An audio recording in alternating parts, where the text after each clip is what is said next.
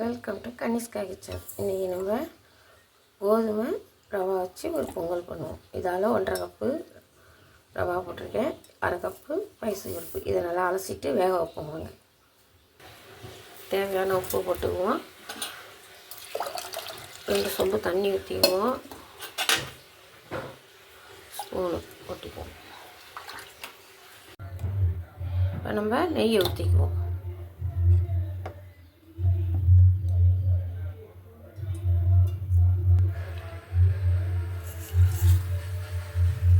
சீரகமும் மிளகையும் நுணுக்கி போட்டிருக்கேன். அதோட ஒரு 10 முந்திரி பருப்பு. இது கொஞ்சம் வதங்கட்டும்.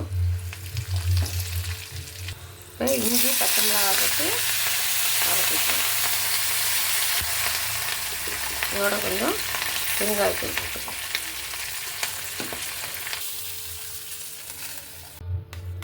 நல்லா ரெடி ஆயிடுச்சு. அழகான பொங்கல் ரெடி ஆகிடுச்சு. எல்லோரும் சாப்பிடுவாங்க. இதேமாரி நீங்களும் கோதுமை ரவாயில் பொங்கல் செஞ்சு சாப்பிடுங்க. நல்லது. சுகர் உள்ளவங்களுக்கு, ப்ரெஷர், எல்லாருக்கும் உடம்பு இளைக்கிறதுக்கு எல்லாத்துக்குமே இது ஒரு நல்ல காலை சாப்பாடாக இருக்கும். நீங்களும் செஞ்சு சாப்பிடுங்க.